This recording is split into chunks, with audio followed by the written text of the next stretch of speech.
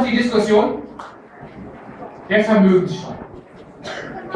Die Vermögenden zu besteuern, das klingt erstmal in Ohren der Linken gut.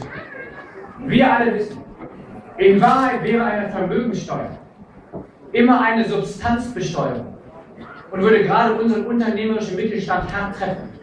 Und es wäre da Geld, das dem Staat dazu fließt, was den Unternehmen fehlt für neue Investitionen in neue Arbeits- und Ausbildungsplätze. Und so ein bisschen unwohl ist es ja schon den Roten und Grünen geworden, vor allem den Roten. Bei Gabriel weiß man ja gar nicht, wer ist er dafür, ist er dagegen. Ich kenne den auch aus Niedersachsen. Da haben meine Mitarbeiter mal so ein kleines Büchlein herausgegeben. Ein Gabriel für jede Gelegenheit. Weil da sieht man eigentlich immer, wie es passt. Aber ich sage Ihnen eines schon.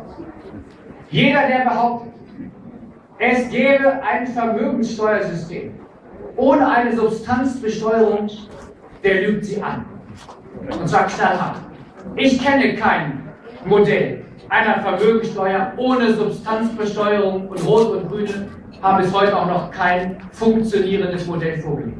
Wer daran glaubt, der glaubt auch daran, dass es einen vegetarischen Schlachthof gibt.